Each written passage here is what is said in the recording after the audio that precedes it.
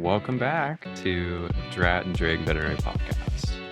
Hello, We everybody. are having a good Wednesday here. Oh yeah, How are you feeling, man? I'm tired. I'm so tired. Our baby is waking up for some reason, and she's crying, and so essentially, when she doesn't sleep, we don't sleep. A podcast must be performed, and here we Yes. are today.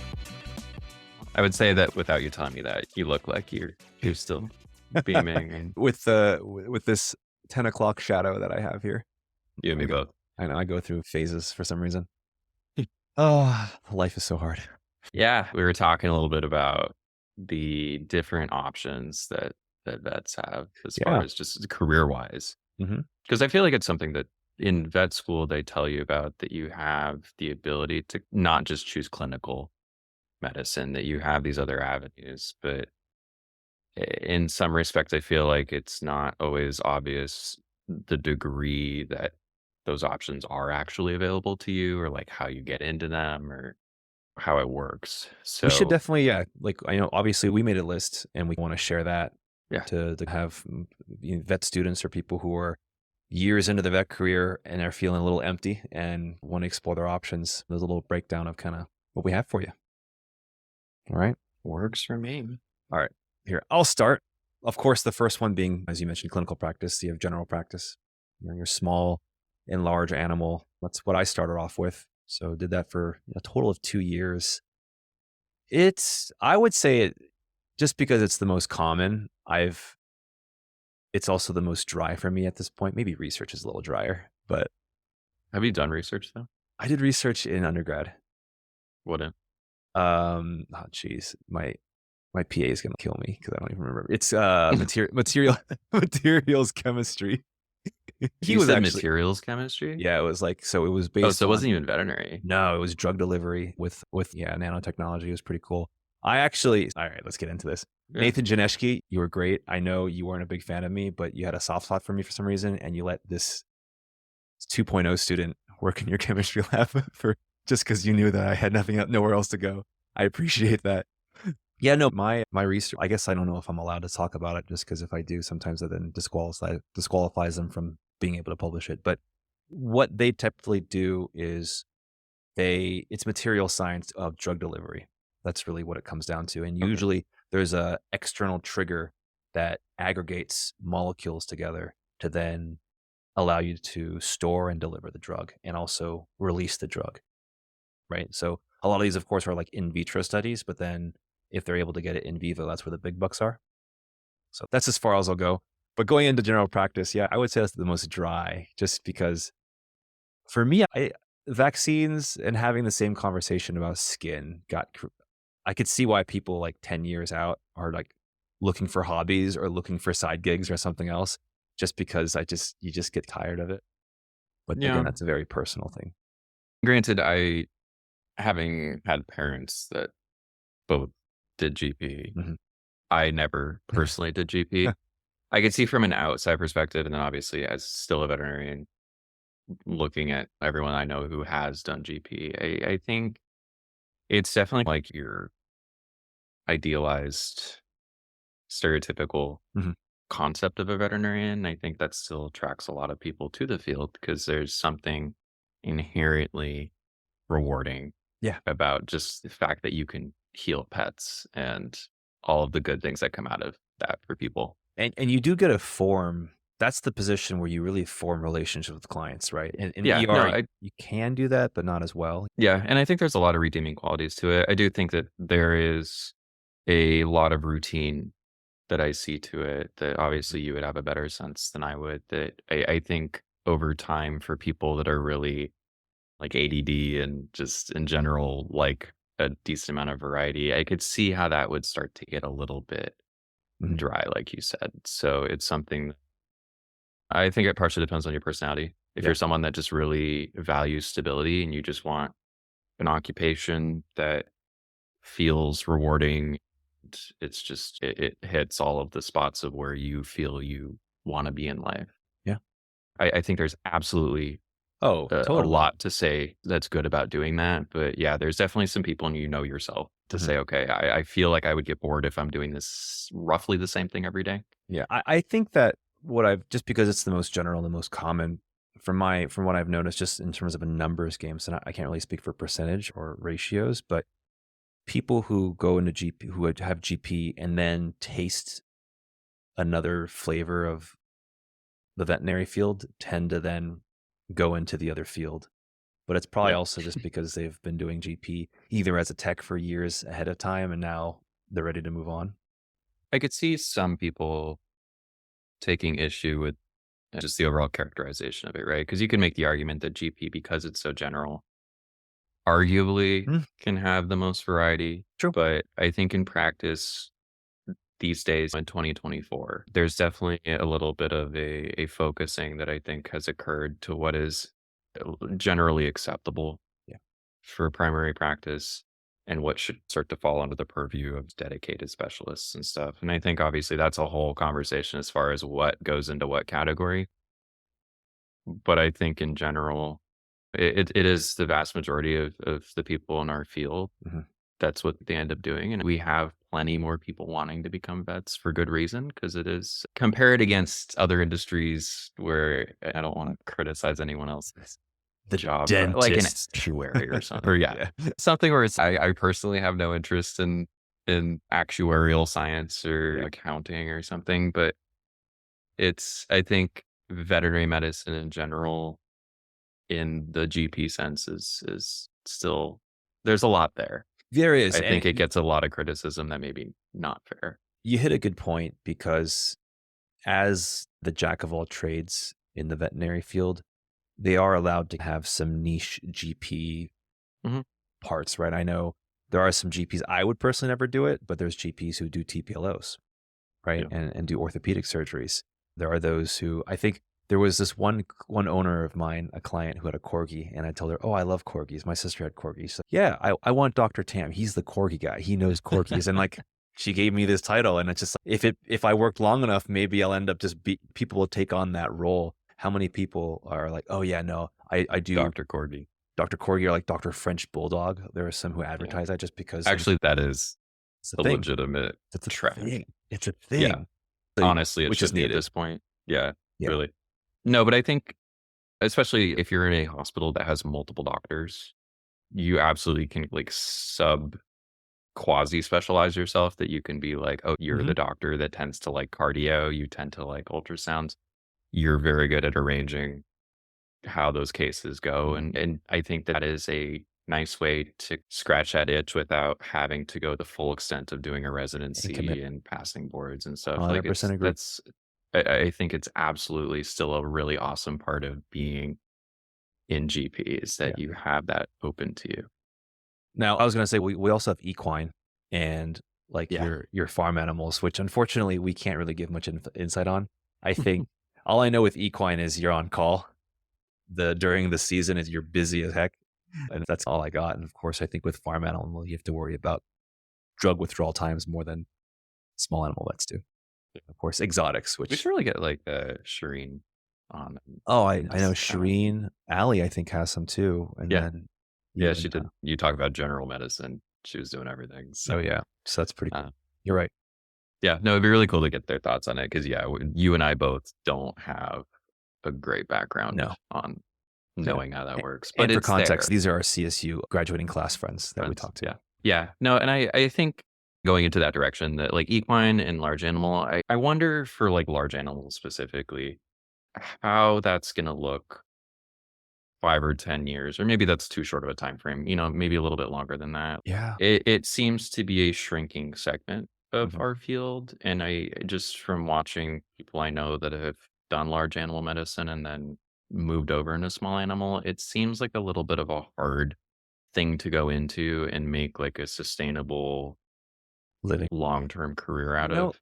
funny enough, there is a friend of mine from Ross who is large animal, and with the way it works, at least this is the impression, and when I asked him, he said this is typically how it works is you first get hired as an associate and you make a terrible living for X amount of years. And then once you build up your clientele and like your trust with that facility, you then partner. And now you're just based on percentage of revenue. And are you saying that they're on staff for a major ag? corporation or like in-house counsel for a company? You have in-house vets on So staff? What do you mean by so I guess they're partnered with the company or with the hospital. So I oh, don't know like if the with independent the independent, yeah, I don't know. large animal? Gotcha. Yep, so I don't know anything about corporate large animal veterinary, I assume that medicine. the big companies that work with livestock and that I assume they probably have vets on staff that are like, or you look at Tyson Foods. I assume Yeah, Tyson has vets probably, but that I work don't for think that Tyson. yeah, I would say they probably just get a straight salary or something, Sure. and But then I guess is that going to be the dominant model? I don't know. I have no Like idea. I don't know anything about the field, it just seems very I just consolidated, I so I just don't eat know. meat. I'm sorry. Yeah. Yeah, Yeah. we I don't we know. got I would love to get a large animal, equine, even exotics vet because there's so many questions that I'm Well, just like, that's a lot of different hats. I know, And right? "Hey, I what feel like exotics is definitely how hollow are those bird bones? Really? Whoa." yeah. Uh, Yeah, so I don't know. I think as someone like if you were graduating this year, granted that may be a little bit late to determine where yeah. you're gonna go, but It's what it's going February. in going into undergrad vet school at this stage, yeah, I guess that would be something that I almost wanna say that it would probably be something that you have to seek out large animal vets to really get a sense of, Yeah. where do you go? Because it seems like who you know, what advice they have, Location, to get like, in. Yeah, they're it's they're not like not small animal where I feel like you can just apply sure. to jobs and it's just there's Exactly. jobs out there. Yeah, and actually, But funny enough, I think your graduating class at CSU was primarily large animal, and I know no, this. not as like a total amount. I would say that we had more, I think, I than what was typical, but it's still not a huge amount. so the reason why I know this is because as Rossies, we're given the leftovers, right, of the elective classes, and which is fine, but I guess not depending on You how don't have to badly. frame it But as I know, leftovers. right? The scraps of what you guys had left over for us. We I didn't have to do any elective large animal because I got all the small animal electives that I wanted. And that Oh, was because because there were your enough large animal there was yeah, students at and CSU. that's what we were told. Oh, actually, this is funny enough. This 2018 CSU class, they're actually like 70% large or mixed animal. That percentage is a lie. I actually have no idea what percentage it was, Yeah, but it I'm gonna was a say I that it was a doesn't sound right large. to me. It's still the majority. I think we just had more than typical, but I don't think the majority of our class was large animal. I Okay. really, yeah, but it's something that I think obviously it helps you out, but yeah, What's your experience with holistic? very little, Me too. honestly. Me too. Yeah, it's something that there's definitely. I think my biggest exposure is more from clients that Hmm. say they work with a holistic vet. Always. They, obviously the people that end up with holistic vets feel very strongly about having one, right? It's you either are in that camp or you're not. Yeah. And I think it's something that at this point in time, we have Megan, who Mhm. would again be a good person to talk to about this. Uh-huh. It She does seems like one everything. of those, yeah, I know, right? It seems like one of those things that is solidly still it almost seems like an outgrowth of GP that there's GP docs that have said our clients expect something different than what we're providing. Mhm.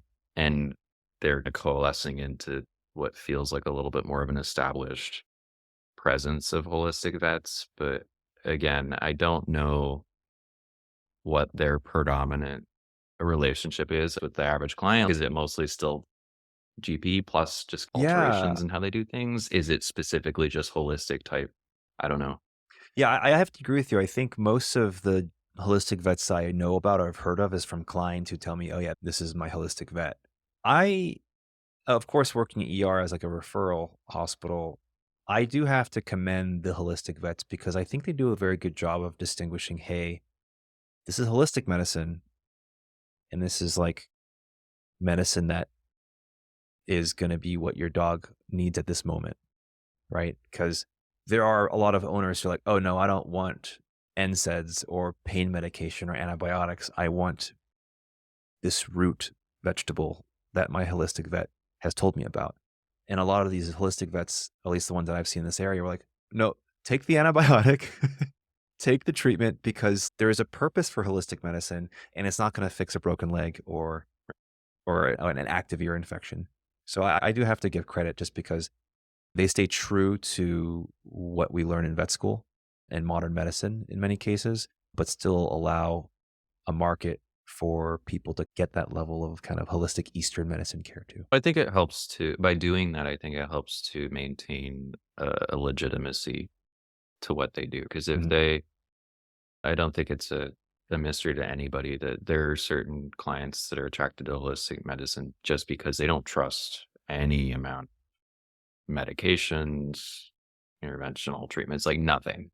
So I think it's like you said, it's they're doing a lot of work on their end to say, okay, here's what's appropriate in terms of deviating from kind of the standard Yeah. type of veterinary medicine, and here's what this is not appropriate for.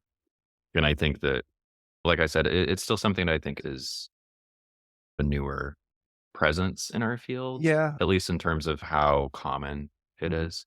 I wonder Um, if holistic vets, and this is a percentage, this is a number we'll never be able to actually truly know, but what percentage of vets go into holistic medicine more for a profit versus the belief of the medicine? And I guess it's mean for me to bring up that question, that format, almost as if I don't believe in holistic medicine. I don't, that's not really the case. I think for me, especially with my ethnic background, when you talk about Eastern medicine, my understanding is more so kind of maintenance and longevity with supplements and that type of care versus immediate treatment for sicknesses, active sicknesses. That's how I've been, the impression I've been given and taught with my background. yeah, I have no concept of how lucrative I know holistic medicine is, but acupuncture can be pretty good, and a lot of really, people, like, they'll okay, take a course, it's like, what, a couple thousand, and then if you charge a couple $100 within a month, you'll make up your costs of, your tuition. training fee. Yeah. Mhm. Yeah.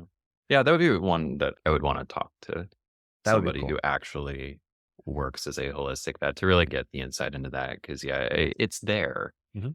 but it's shrouded in a little bit of mystery for me that I don't Yeah. 'Cause how how big that area of vet med truly is.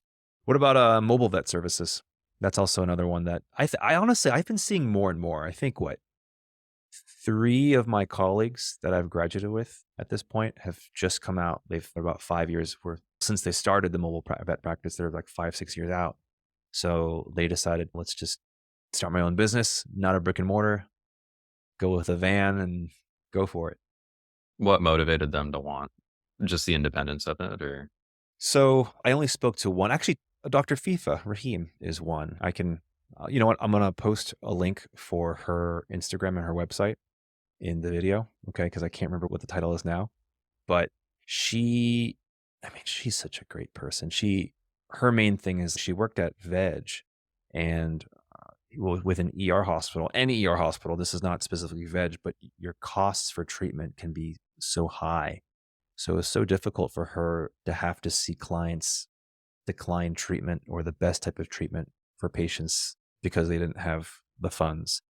So her main purpose of starting her own business was to help with those lower income cases because that's just how big her heart is. Since I've known her, she's been also been doing rescues independently. She'll just foster a dog that needs it even on the island until it can be rehomed.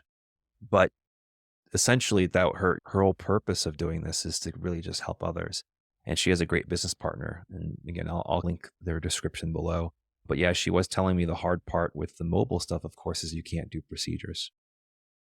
So they're, yeah, again, starting with the mobile van and see kind of where they go from there. But I think a lot of it is at that independence. They wanted to start their own practice and not have to result in rules restricted from other people. now that I think of it, because I haven't given a whole lot of thought to mobile vet practices in terms of where it stands now compared to like in the past. But I think you bring up an interesting point that definitely the cost of care is and has been a fairly major concern, Mhm. right? That there's a lot of clients that want to do the recommended treatment, but when you look at the cost of it, it's just not in the Crazy. budget, right? So it's something that I think mobile vets, if they can cut down on the cost of needing to run veterinary services, right? If you're not paying for giant building, you're not paying for a whole bunch of staff, you can provide some of those services for cheaper in theory.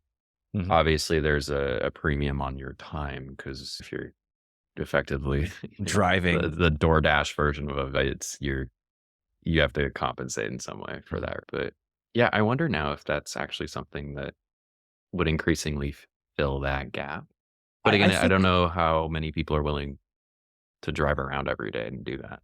For me, I I don't know if I would I don't know. I want think, to. again, I think it takes a certain personality, Yeah. right? And ultimately, you could always hire someone to be the one to drive, and now you're just doing records in the car while you're being chauffeured. Oh, interesting. So there was always that, right? Yeah. Funny enough, there's 2 niche or specialty services in the veterinary field locally in South Florida that I've seen. One is an oncologist. He got a whole van. He'll do chemo at your house, which makes why not, right? You just got to get a clean stick. You have the drugs, and your van could have a fridge. It can have a fume hood for the most part, In the right? van? Yeah, and I saw it. It's a beautiful. It looked Wow. beautiful in there. It looked like, honestly, like a really nice modern hospital treatment room, but just compact. It's pretty cool. And then there's also a mobile CT.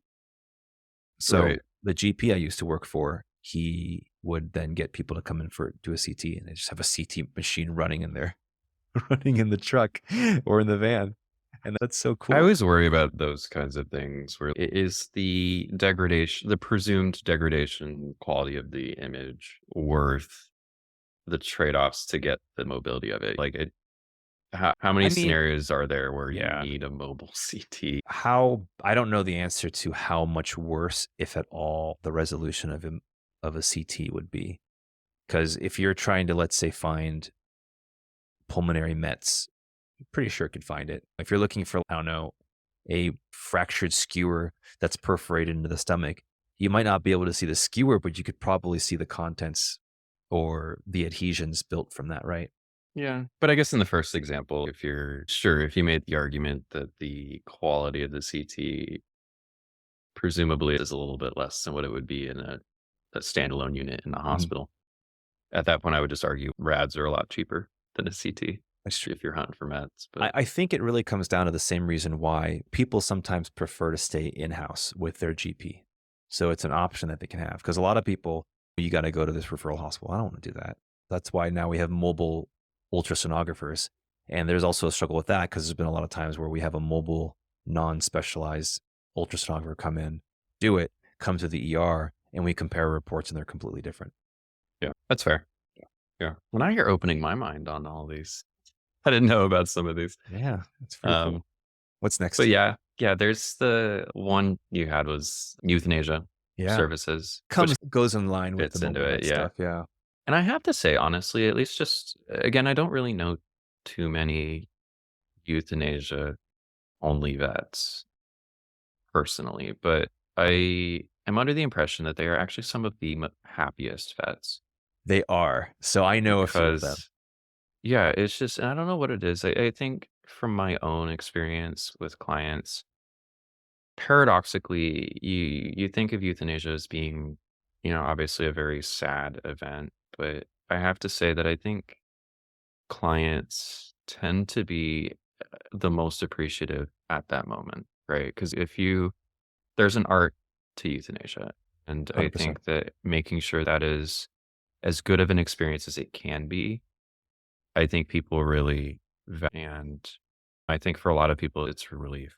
And you've been able to guide them through that. So, yeah, weirdly, I would say that the euthanasia appointments that I've had and everything, like they tend to be some of the most special moments of bonding with other people. And it feels like a gratifying, rewarding purpose for what we do. So I can totally see that if you Mhm. just narrow down only to that, I assume that's probably the reason why a lot of Yeah. them are happy.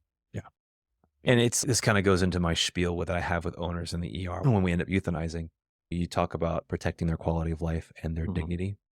And by doing that, I think everyone's on the same page typically when it comes to euthanasia, especially if they call for euthanasia. It's one thing where like Right. they're forced into it in the ER, but if they call lap of love, which I have to give I them a feel like shout I out, never. you know? Forced by the situation. Uh, yeah, I guess so. Yeah, not But given. if they're actively the one making the decision to do it versus, "Hey, Certain. you Yeah, gotta come in, this is not good. We need to euthanize," right, in the ER. yeah, That yeah, the people that I know who've done it, that's exactly the reason why. It's such a beautiful, typically peaceful process, and it's because of obviously, again, I can only really speak of Lap of Love because that's the only company I know yeah, directly that my colleagues work at, and they've developed a system to make this as smooth and as peaceful as possible. yeah.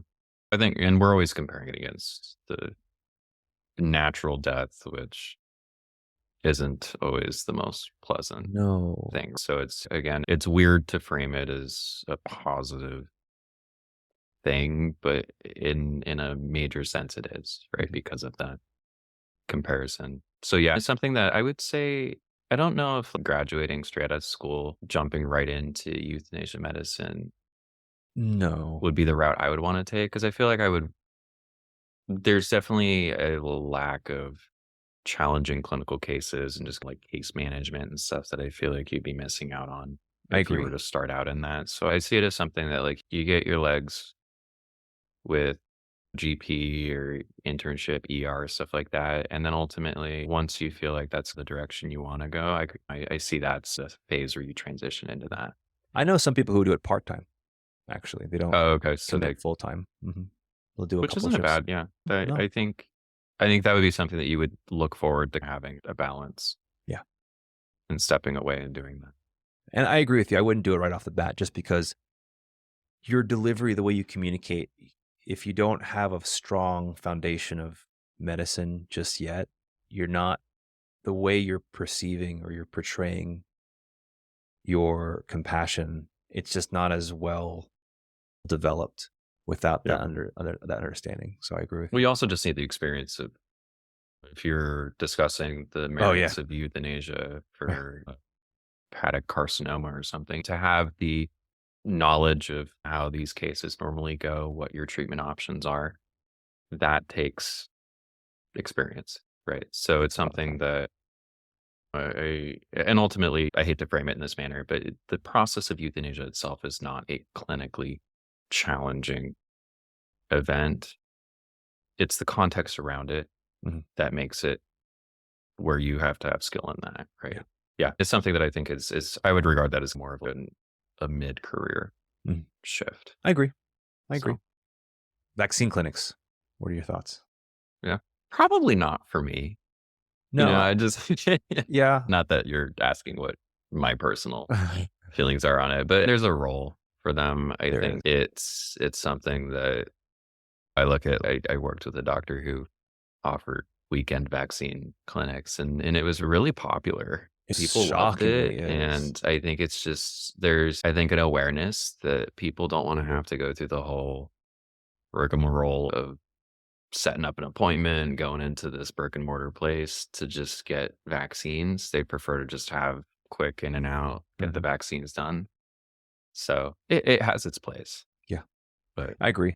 And that's something actually when I did talks at Ross or even LMU, I mentioned that ultimately it doesn't as long as you're happy with what you're doing and you're fulfilled, you don't have to be a specialist in this field and be the smartest person. If you want to be the one to do vaccines and only vaccines, that you're exactly what you said, there's a place for it. And that's yeah. totally fine. Well, But there's you're definitely an ego thing, right? yeah. Especially in medicine in general. There's, I think, a pride that people develop around how hard they've worked to get to where they are. To some extent, you're comparing yourself against your colleagues. Yes. And you, I think to some extent, probably pause at the thought of, oh, am I just only the vaccine vet while my friends are going off and doing neurology and rad onc and stuff like that. But honestly, it's something that I think if done properly, those vets that do them can absolutely be a very valued person in their community. And to be honest, it's something that even like you have all these pets that you're vaccinating, there's absolutely going to be pets there that have underlying issues that they don't know about, the clients don't know about, that you can tell them like, "Hey, this are you aware that Mhm. a dog's teeth should not look like this? Yeah. Are you aware that this left eye looks like we've got high FEMA in it or something. There's things that you can start to establish rapport that can ultimately connect into your general practice that you have, whatever. But yeah, it's again, that's another one of those that I don't think you start out looking for No, that career. I think it's something that you see an opportunity wherever you end up I to agree. say there's a need for this. People end up probably eventually falling into a vaccine clinic Yeah. position. Yeah. All right, what's next? Oh, you shifted into yeah, ER and urgent care. Yeah, I know. We pivot now. Very different. We've talked a Um, lot about this, so we probably don't have to go spend too much time. Obviously, yeah. we're pretty Yeah, I agree. biased and we like ER, urgent care kind of medicine. Yeah, I guess to summarize kind of our previous conversations, which obviously people can look at the previous episodes Um, and probably the future ones as no. well, where we Watch the go episodes. into depth. Yeah, it's something that ER is a very unique beast. And I think there's still a lot of change that's occurring in ER because years ago it was not really anywhere near present to the Mhm. extent that it is now. A lot of vets Absolutely. used to take call. ERs were really only something that was sustainable in large cities, and ER docs were essentially GP docs moving into something different. Yeah. Now we're in a scenario where, having a criticalist on the team is something a lot of people value and seek out for good reason. There's a lot of career ER docs that are out there. Mhm. So it's definitely something that I think will continue to change.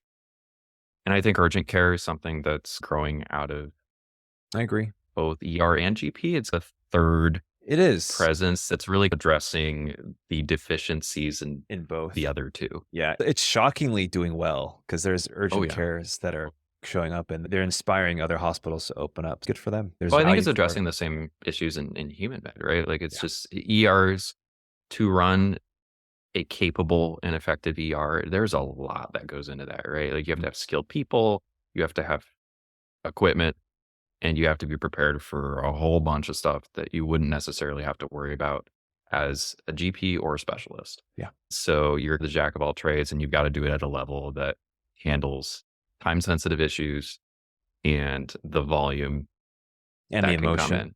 Yeah, and there's a lot to running an ER, and as a result, cost is also going to be significantly higher. Yeah. You look at R versus GP, naturally, urgent care fits that in between where I think for people who are interested in ER that may not want to go the full extent of doing internships, Mhm. going into these large referral centers, I think urgent care is probably a way that you can change up the pace and your schedule and see some different caseload that would scratch that itch without Mhm. necessarily having to go to the high acuity intensity of some ERs. Right. Yeah, I agree. Yeah. Let's That's kinda really all I that would say this in terms of I mean, career this option for that. pivots a little bit into your internship and residency. And again, I think Yeah. this is a whole nother episode just because as people who have not done an internship residency and have wives who have done an internship residency and a lot of colleagues, we've had, and we've talked about this a lot just privately. We have a lot of opinions on that. I would say my thoughts are shifting more and more as I get older and I have more experience. I used to really not value the quality or the benefit of an internship. I am starting to acknowledge that a lot more now, just based with the knowledge that I've gained over the last several years. I still think it's absolute crap just how little money you get paid.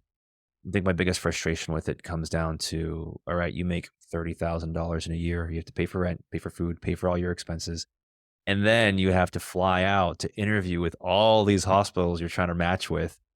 And Yep. then let's say you match on whatever percentage that is. Then you have to move all your things, pay for a moving truck or a moving company, pay for a deposit on a new apartment complex or however your living situation is going to be. Where is this? That in itself is like 10 grand just off of moving expenses. Yeah. Yeah, how do you do it? It's just, it's not okay. That's really the only thing I have an issue with it that I've decided or that I've come to think about. Yeah. Like you said, there's a lot to unpack in internships and residencies. I think from the standpoint of someone who's in vet school, really debating whether they're going to go for one or not. Mhm. I think that there's a tremendous amount, maybe not a tremendous amount of variety, but you will absolutely encounter doctors that say you have to do an internship. There's other ones that say, don't need it. And obviously, you'll get the in between answers. I think something that's probably a little unsaid or not specifically touched on that, give me your thoughts on this, Mhm. that I think the recommendation and the desire to go into internships is to some extent a reflection of the job market and the economy overall. That you can argue the merits of the additional education that you get from an internship and the experience you get from it. Mhm. But you look at the job postings that are out there, and in times of recession and economic decline, you're absolutely going to see a lot more positions out there that expect an internship. They won't even interview someone who hasn't had one. They don't care how many years you've been out. Mhm. They won't talk to you. Yeah. And then you look at other times where there's a shortage of associates in general, and there's a massive loosening of usually we require internships, but you know what? We'll mentor you. You have We'll 10 help. fingers and 10 toes, you're hired. Right. And it's something that I don't think anyone specifically brings that up. And because it's something that you can't really control, right? Like you graduate when you graduate. Mhm. And I think it's silly, right? Because I want to focus on the experience and the pay and everything else that gets talked about with internships, but I feel like I keep coming back to it's what does the economy look like when you're going to graduate? Because that's actually going to significantly affect your ability to get good mentorship somewhere Yeah. where you're going to end up. Not to say that the former issues are unimportant, but I would say if I had to go back into vet school and really ponder those things, I think that's part of Yeah. the answer for me. I think it also depends on the individual too, because there's some people who are like, "Oh, I don't feel comfortable or confident enough to independently learn and take things case by case." Or those who are very knowledge hungry. They don't want to specialize, but they want to maximize their learning experience as quickly as possible. For those two types, I think an internship absolutely. At the end of the day, yeah, you're going to be missing out on pay, but there is a benefit of how much knowledge you get off of it, and that'll pick back up. The reason why I used to be like the reason why I'm leaning more sometimes more towards internships is now because of the fact that I see vets who jump straight into GP or even ER, and they gain a false sense of confidence by practicing pretty bad medicine. The big issue that I have with some facilities, and this is a gamble, right? Where if you don't match, or let's say you go into an internship, there is a situation where that internship is not really out there to have you learn, but just for cheap labor. And now you're stuck in a position where you're working horrible hours, you're not being mentored, and you're not getting paid for it. So that's horrible too. That's also a big issue that people definitely encounter. And I've known some who just quit their internship right off the bat after a few months because Yeah, I it's know not it too. sustainable. Yeah. Yeah. Yeah, it's something that I think everybody recognizes that the current model that we have is not ideal, Mhm. but there's an argument to be made that are we leaning into internships just because we're not wanting to address potential deficiencies in the 4 years of vet school? Mhm. That in terms of can we potentially build up further experience or knowledge during our education? Are we not being pushed enough during our formal education Mhm.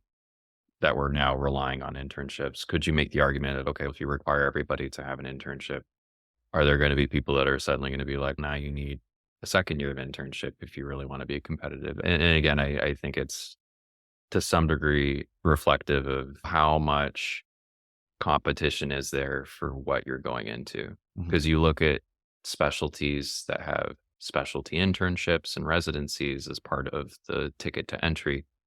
And there are absolutely people that do 3 internships before they get into these programs, and it's to some extent, you just have to continue jumping through the hoops more than other people jump through the hoops to get where you wanna be. So, I think that's part of the issue that people have on the other side of it is, okay, well, we're subjecting all of these new graduates who don't have a lot of money off. Oftentimes, they're up to their eyeballs in debt, Mhm. having to continue to not get paid a whole lot to keep jumping through hoops.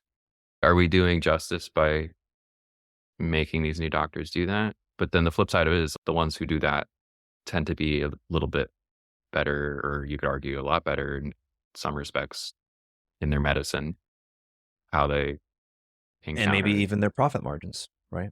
Because they know to run these specific tests or do these specific diagnostics or however the workup. Well, I thought that was studied at one point. Again, and my knowledge of that is probably several years old, but I want to say that they actually looked at like how it was reflected in like your pay Mm. and the choice to do an internship or not. I want to say, and I may be wrong on this, but I want to say it wasn't all that dramatic of an effect, Okay. but someone could correct me on that. But yeah, it's really like you said, this is a A complicated whole topic, but whole another episode in itself. I think everybody is aware that those options exist and those Yeah. are talked about over and over again as far as whether 100%. someone should or should not go into that.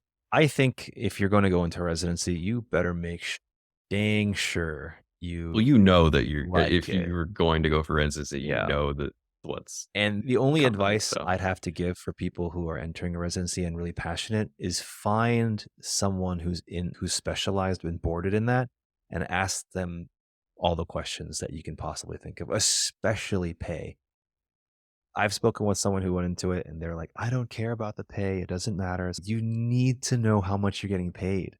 And then they went into it. It's not a high paying specialty. And then after checking in, they're like, yeah, it's actually, I'm worth a lot more than that. Either way, it's just hard to know, like, when you're in your 20s, it is. how you're gonna feel about what Well, I your mean, salary is and what your work life is gonna be in yeah, your 30s and 40s. Like, it's tough. that's true. But So, that's a whole nother topic too, because like yeah. we don't in high school, even college, we don't learn about economics as nearly as much or like real life applications of economics like we should, right? If we were taught that and given an idea, we can then better prepare for our life decisions when we go into vet school. Yeah, who's the responsibility fall on, All right? right. Fair. But Our parents. you had some other ones that I do wanna get to, go into a completely different direction that you wrote on Yeah. here, like sales, Uh-huh. And even administration, like in things that are entrepreneurship, just farther away that from bubble. clinical medicine. This is something that I actually have always wanted.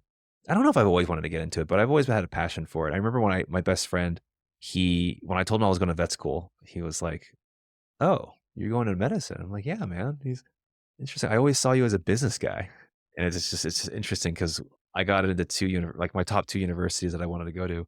I got into. They're not top universities, but my top two choices, and one of them was more business oriented. The other one was more science, and I ended up choosing the science one. So who knows how my life would have turned out? Yeah, it's funny.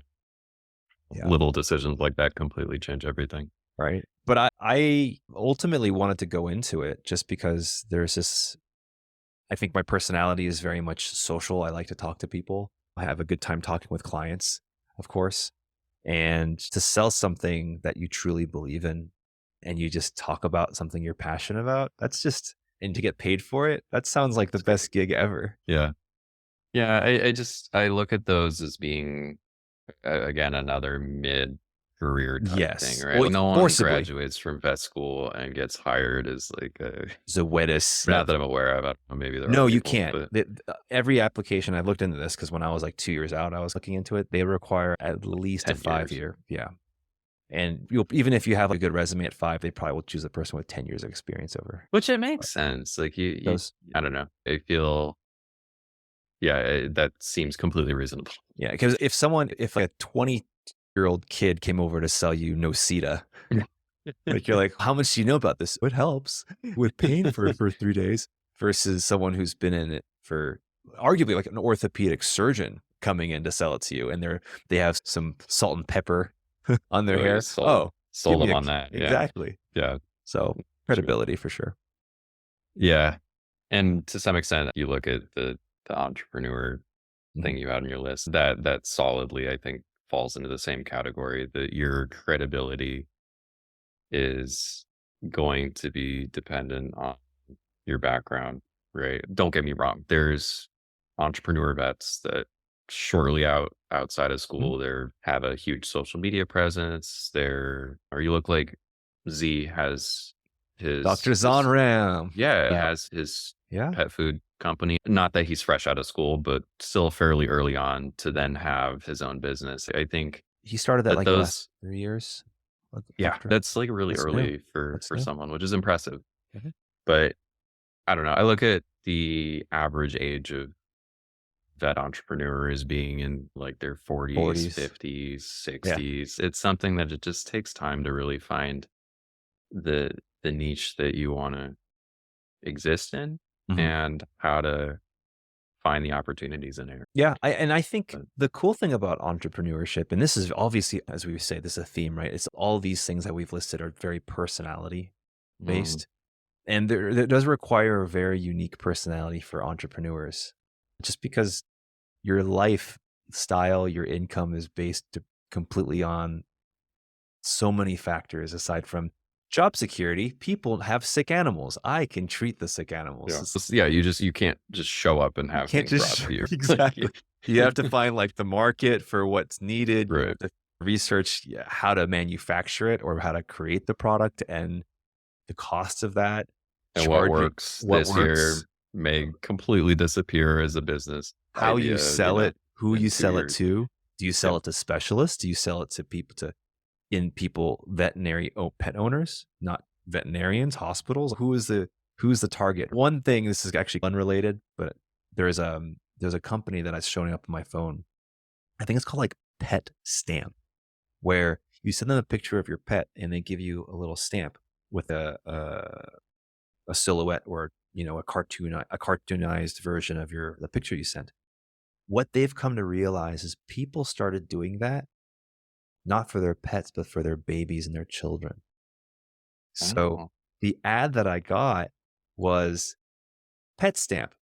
And then, but the video on Instagram was it's them a using a baby on it. picture of their baby. And it's obviously because I have a kid, the algorithm directs that to me, but it's named them. It's they originally obviously created it for pets, but they ended up missing a little bit of a target on a huge demographic, What do you right? do at that point? Do you rebrand it? Because I feel like to some extent you've built up the brand around I think so, that yeah. stamp and like your SEO and like just people almost it's like a funny thing that like do you just lean into that?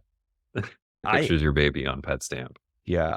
I wasn't upset about it. It didn't bother me. But then again, I'm also in the Yeah. veterinary field, so maybe these things are synonymous to me. But it's I'm sure they're interesting. branching out into a whole bunch of, Oh, I'm sure. I'm use sure. cases, but Yeah. yeah. That's Yeah, it's just yeah, and that's where I think vets I will say I have run into a lot of vets that have unique things in their life that you could argue they could totally turn into a side hustle or mhm. side business or whatever. And I think to some extent, a lot of people are just constrained by time. And obviously, it's expensive to bring these things to fruition. Yeah, I guess that kind of brings me to a little bit of a different track, which Mhm. is for all of the people that we know that have side hustles, is that something that that's how it is these days? Is the traditional concept of a career in general dead? For someone Uh, who's, like, thinking about what they wanna do as a veterinarian, I is think it just something we should embrace that you do something for 5 years, then you move on to something else? Is that normal I now? know there's just no loyalty anymore. I think I don't know. I was originally my mindset went to there's a beauty in that just because we have so many options as people to pivot and potentially make a living. Of course, the social media aspect or like a social media influencer, hashtag podcast, can be quite toxic just because you're constantly for you to, if this is like your sole job and you have to put food on the table, you have to sell your soul. Oh, sorry. No, I can't say you have to, but there's a part of advertising. And I guess what I'm trying to say is you have to strategize how you then advertise yourself, right? You can't just put out content that you're passionate about and then expect it to get numbers and then create a huge living. There's a reason why clickbait exists, and there's a reason why people are endorsing products they don't truly believe in or even use. Obviously, if you have, there are the percentage of those who are successful doing something they're passionate about. I would argue there's a little bit of luck just because nowadays even a niche has millions of people who are interested. even those guys, there's very few people who have the luxury of saying, "Oh, I decided not to go with these 600 companies, and I like to choose this shampoo company because I've been using it for years." That's not as common as those who like just take whatever endorsement they can get, right? Because you got to put food on the table.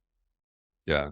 Yeah, I don't know how much of the need to monetize everything these days is driven just by a natural growth in these side hustles, right? Like, is Mm. social media are people just monetizing it just because it's like, "Oh, you might as well?" Or is it driven by the fact that people feel insecure with their finances in general? Or like your main career just isn't producing money, so Mm. you're forced to monetize your hobbies. 'Cause it's just naturally you're like, "This interests me, so I might as well find a way to try to also squeeze some Yeah, I get you. personal revenue I out of it." I think it's probably there's a good percentage of people who do that. And it's, yeah, why don't I make a passion or hobby out of it? I also think that social influencing or influencers, that concept is romanticized right now. And there's so many Would you say people. romanticize or I don't know. Maybe I'm not using that term correctly. I think you're over the bell curve on that now. I think we're Well, more into, like, influencer being a little bit of a you're an influencer, like, no, here there's a well, I guess statistic. it depends what social circle you're in, Yeah. right? But So there, and I wish I have no citation for this, but this is something I ended up finding. But it's a stupid percentage, like 40% of children. wanna be one. They're if you ask them what they wanna be, there's a YouTuber, a TikToker. Like, it's romanticized. There's a charm to it that people wanna that they want that to be their career, and it's because there's this idea that if I'm a vlogger, I get to now travel the world and get paid to do it. And there are a large amount of people who are doing that. So let's say 2 billion of the population. I don't think there's a certain level where, where it's not going to be sustainable. So Yeah, I I am see what you very mean. curious to know how it's going to turn out in 20 years and how. But yeah, people romanticize the ideal vision of an influencer, but am I wrong that I feel like if you just meet a random person, a stranger who describes themselves as an influencer, does that not put a weird I think it's because of our uh, generation. We're millennials and are we the old people now? we're the old people, man. Am I being Also, the I don't, get and off my lawn type guy? I think the reason why we've shown your age is because you said, well, they say they're an influencer. I don't think anyone who's an actual influencer would call themselves an influencer. There are absolutely people that call themselves influencers, and I guess I'm saying this as seeing it on people's Substack or Twitter I or think there's a whatever, new term or for it X that's now. not as cringe, But but I guess I also don't know. Because sure, for me, but I'd be like, why are they changing the term though? because it's cringe. Exactly. I don't know. I don't even know how do we get on this? Dude, side hustles, man. Yeah, Yeah, I just I don't see. dude. I so like I'm obviously on social media a lot more than you are because you're a hermit, but Yes. good for you though, because again, I get exposed to a lot of toxic stuff, whether it's social or political. But a lot of the things that I'll get exposed to are like people who just I do Instagram. I don't do TikTok just because I just can't. I'm too old for it, too old hearted. But granted, they'll put TikTok videos on Instagram and I'll watch that way. So they'll have people. There's persons in the background and they're just like showing the camera like how much money I made doing selling this or doing social media. January, February, March, April, and it goes like 20,000, 150,000, 400,000, 600,000, 20,000. Again, there was like that when you look at that, I'm gonna sidetrack a little bit and just go into how much that bothers me because most of these that have these giant numbers, it's because they're like reselling products on Amazon. So their actual income is not nearly that. Their profit margin isn't that high. So it's again, you're lying, you're romanticizing how much you're making. But there's people out there, hey, I'm now a GP working 14 hours a week and I get yelled at by clients. It's I'm stressed out. I'm making 90K a year. And then this person is making 400K in January. I'm going to quit my job and do that. And there's so many people that I've noticed, my peers, who have, man, I don't know if you remember in 2018, as soon as we graduated, how many people were joining like makeup, selling makeup on the side. There's so many people. I guess I missed that. Yeah. So I Were know, you but doing that? I got a little emotional. No, but You I did selling like, mascara on the it got side? to a point where I would comment on those posts because I was just being snarky. Like, I can't remember what I would say. Oh, so how much money, how much money, like, should I start selling this now? Because it's just there was my Facebook, which we used at the time, was being riddled with veterinary people selling makeup. and it's the same, and it's a different person, but it's a copy and pasted script. I used, This is why I try to stay out of all of this because it's just again, this is why I hear about that kind of stuff. I'm just like, is this what you really want to be I know, constantly involved in? I don't know. I know. But It's toxic, man. Alright, toxic is a little too harsh for that specific yeah, part, no, but it's a lot of noise. yeah. And I don't know, I look at the people that post those videos where it's like, how much I'm earning. And again, it's like you said, they are posting top line revenue numbers and not their actual net profit at the end of it. And it's just, there's a lot of facade appearances that once you peel back the layers, it turns out that it's a lot of peacocking Mhm. and not a lot of substance behind it. I look at those things as a vet. Do you really want to get in the mix of that? For me, no. But I know people who enjoy existing in that world, and that's fine. But I just wonder how someone who has the education that they do as a veterinarian, how they can apply it to a little bit more of a sustainable, better use of your education and your knowledge. Because I if we're selling makeup, and we have a lot of our colleagues out there selling it. yeah. Is that a really, like, rational decision as someone who went through the commitment and the cost of I don't know. It is interesting because we had a very unique situation where during COVID, there was a boom in TikTok and everyone was home, so everyone's involved in social media, and that was, like, really the time to capitalize on gaining followers as a vet or just anyone really, but you'll see, like, people like Z, people like one of my good friends, Amin Kanwar, Dr. Amin, their followers went from 10 to, like, 50K over this 2-year period. And a lot of their content was either Dr. Kanwar is a very big advocate for LGBTQ rights, and so his he's now also, this goes into like entrepreneurship or side hustles, but he started a company that's around clothing around that community, and it's awesome. You guys got to check it out. It's called Snakeskin, SNKSKN, but that's very much outside of the veterinary field, but he was able to beautifully tie it in because you go into mental health with veterinary field, mental health in that community. And he did a very good job of combining that without really going into medicine. Dr. Z, on the other hand, he talks about the medicine. He has a lot of videos on GP things such as like eye ulcerations, ear infections. I think his one of his favorite videos he talks about is ear hematomas and how he treats those, and they're super informative. But he also does a lot of That's endless content. it's endless, and he does a lot of funny stuff too. Method number 900. A big thing that people have is they'll take lyrics from a song, whether it's recent or decades old, and they'll tie it in with what's currently going on in their hospital. And those things are huge. And he has quite a few of those too. And they're hilarious. They're so Yeah. funny.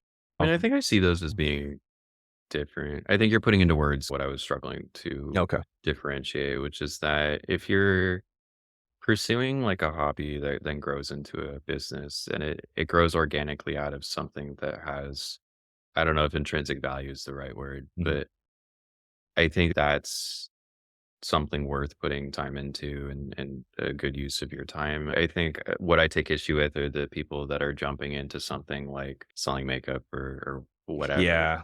that you're seeing. And I would assume the majority of people doing that are driven by the financial gain Mhm. and or whatever other little ancillary benefits you get from that, and not because you have a core interest in makeup.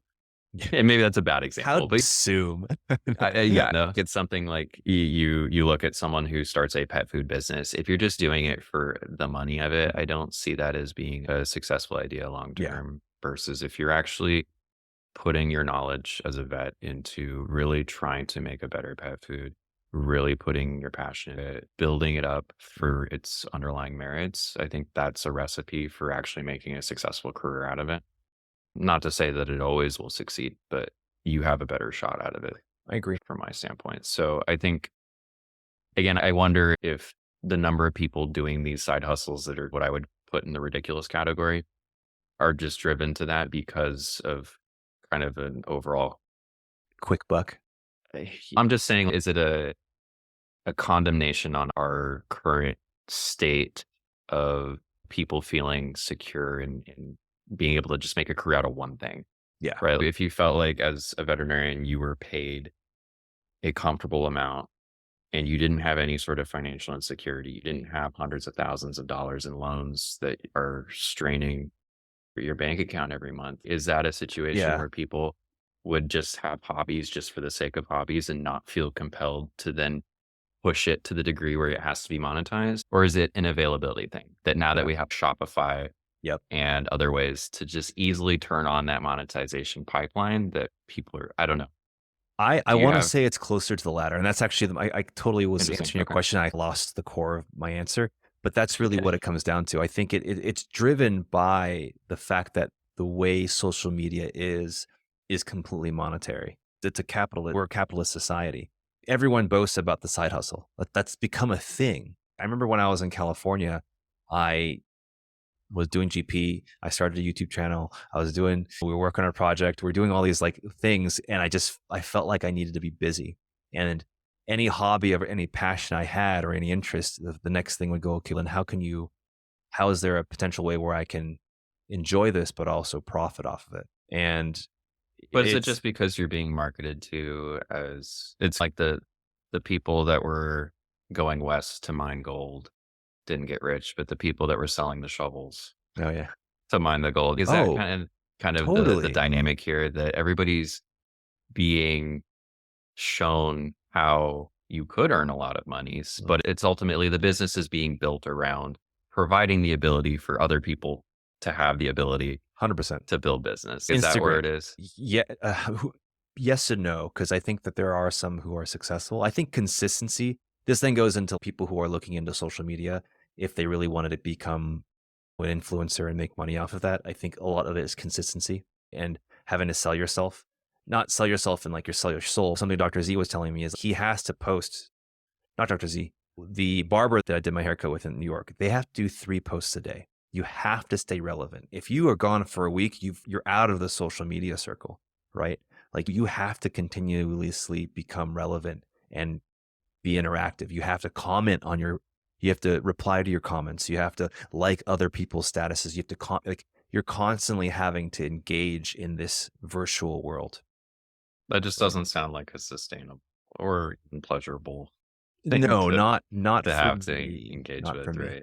But then this kind of But goes into like why my podcast has been on and off, right? Like we're driven. I feel like I'm brainwashed to feel like you have to have some type of monetary gain in these things, even if it's passion for yours. Like when I did audiobooks, right? Even though I got paid for it, the amount that I got paid wasn't enough for me to continue it. Obviously, podcasts it starts off with a passion, but then because I'm working, because I have a kid, because of all these excuses, right? You start pushing away these passions because they're not quote beneficial or the return isn't significant enough.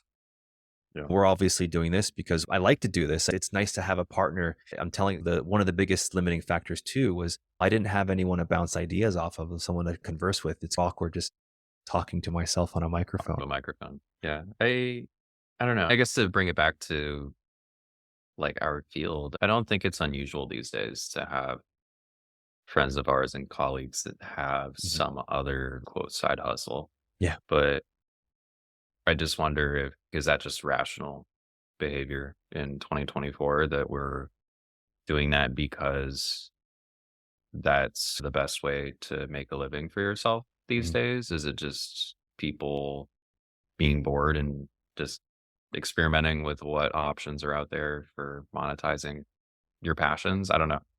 Mhm. So I don't, I guess what I'm trying to where I'm trying to go with that is where does someone who's like starting vet school right now Mhm. kind of picture themselves in 20 years as far as should you deliberately plan in that, oh, I'm Yeah. going to do Right. GP and then I plan to start an Instagram to then build up this. So the fact that Is you that bring a that up, thing? there are no, and I wouldn't say they plan it, but there are people who are like, "Oh, follow me through my vet school journey." And there are people that have like tens, if not hundreds of thousands of followers, and they're in vet school or dentistry school or whatever school or program they're in. And they talk about like their experiences. Oh, just had my pathology test. Oh, just had my anatomy test. Oh, I'd have this internship. and they get like they get free scrubs from figs. They get sponsored. Like they're already making a career out of this. So Oh, it's good for them. yeah, and it's just it's how it starts. So I would say again, going back into what you were saying, for people who are, if you're in vet school or finishing vet school, and I'm sure because the people who are now in vet school or finishing are now Gen Zers, they probably, most of them are, they probably have already considered this, and they probably know this better than we do Oh, yeah. about Oh, yeah. the business idea and the approach to it. And so those, they would probably already either have a plan if they planned on it, or are already executing that. I think another part of it as to why other vets might do side hustles is then we have to question how burnt out are they? Where is their passion currently lying with their career in veterinary medicine? Because, when you bring up, well, is the concept of a career dead? Is it more, should we just say the veterinary career specifically, or is it just careers in general? Are programmers doing side hustles? Are janitors doing side hustles? And I feel like the answer actually is yes, because nowadays you'll have anybody. Like you can look at the day in the life or the personality of anyone with some, but a Chipotle person was going to have their own Yeah. Instagram talking about them making burritos, and they'll have Yeah. millions of followers watching them make burritos. And it's crazy. There's a market for everything. Yeah.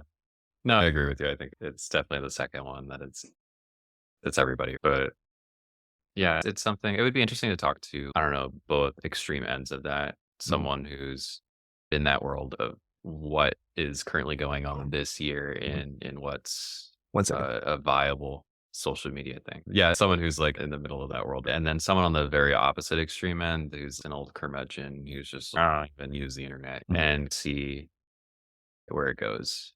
And Actually, maybe I'm funny kind you of acting ask. as the second one. Funny you ask, But because I do have someone in line to interview who's a veterinarian who recently entered into social media.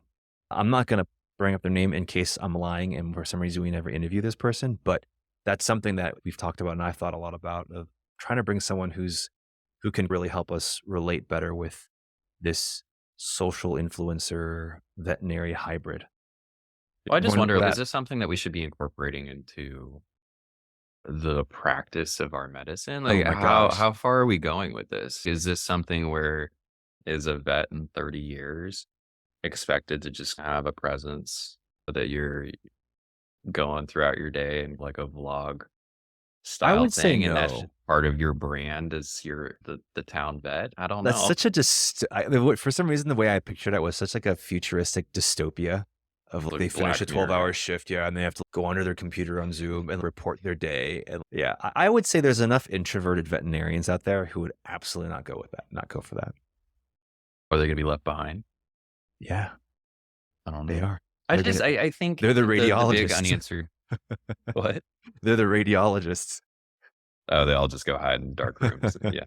No, I think this is all gonna change again in the very near term future as AI, which Mm, again, I'm sorry to bring up AI again, but it's gonna change this type of dynamic yeah, as well. Because you mentioned that your hairstylist or whoever you brought up needs to post 3 times a day. Well, they're probably gonna start using AI to satisfy that requirement, and if it passes as a human, like, everybody's gonna start doing that, and eventually it's just gonna be robots talking to other robots. So, yeah. I question if it's gonna start going the other direction where, the whole dynamic of online conversation, online content, it just gets cheapened so much. It just implodes on itself. Right. Yeah. Yeah, I think that's a good way to frame it. Like, it's just it reaches such a huge boil over that it just it Mhm. it completely collapses on itself. I don't know, Yeah. but I think that's part of why I think it's just I like to think a little bit long term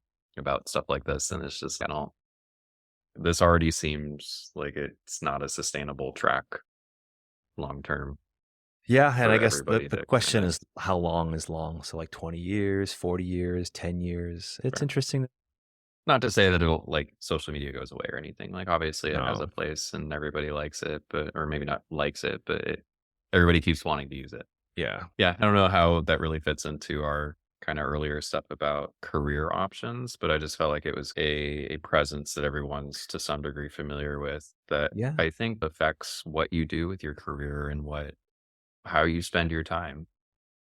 Because Uh, I think if people are no longer feeling the pressure to have to pick any one career track, I think that all of the pros and cons as far as is it more gratifying to be a euthanasia vet versus going to a mhm. residency and stuff like that. If that's not where a lot of people derive their sense of self and your day-to-day identity of who you are, I would argue like what kind of effect is that going to have long term on how we currently have everything split up? Because I Yeah. think a lot of older vets very much perceive themselves as I'm a vet and nothing else. It may be like, okay, a parent and some other stuff, but who are you? You're a vet. Mhm.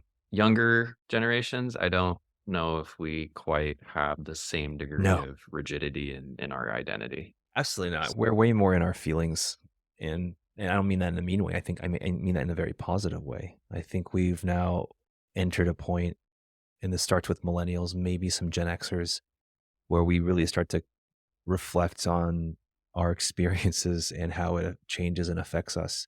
I think it is going back to really the original part is the concept of career dying. I think for the most part, it's changing, and I think it's changing for the better because now we're not falling into this specific identity of a veterinarian. yeah. Yeah, I would argue it's for the positive on a general level, right? Yeah. There's some give and take, but I think having more flexibility in terms of defining yourself and how you spend your time is a better way to approach your own personal life.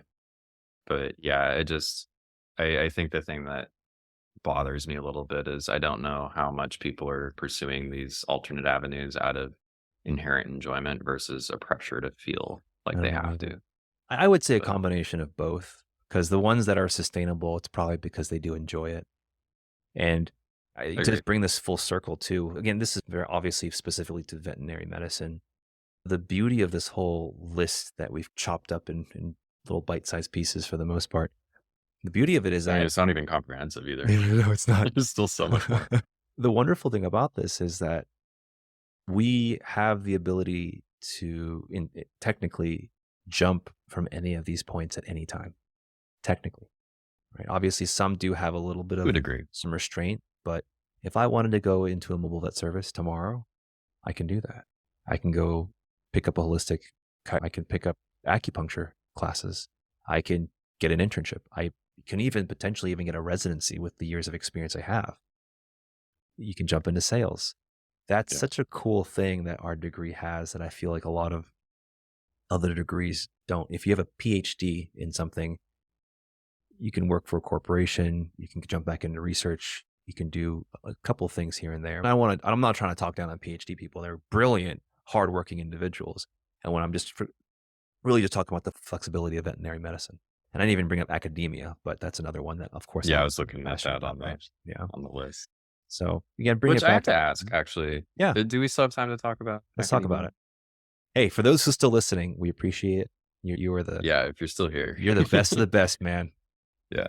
I feel like academia in the last couple years has suffered an exodus of talent.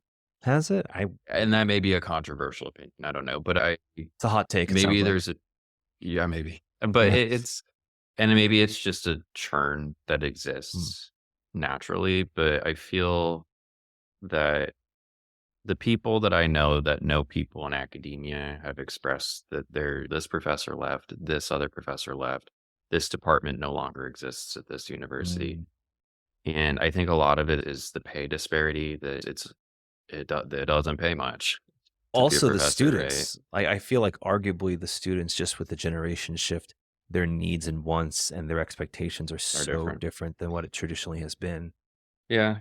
And I think not to say that the people that are still there are not smart and talented. Like I'm not saying that. What I'm saying is just I think the ideal situation is that you have people fighting to get into Mhm. academia, that it's highly competitive to really push the best of the best to get in there.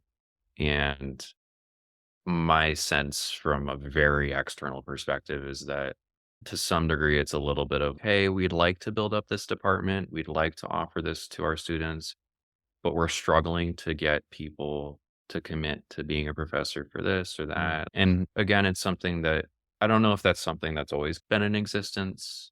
And I guess I look at the classmates that we've had that have at some point expressed a desire to go into academia, that it seems like there's interest and then it's fallen away. yeah. And I wonder, are we making a long-term mistake in terms of not really regarding that as a little bit of a crisis that needs Mhm. repair? You're actually right. I think the pay disparity is probably gotta be one of the It's a biggest huge part of factors. It's gotta be.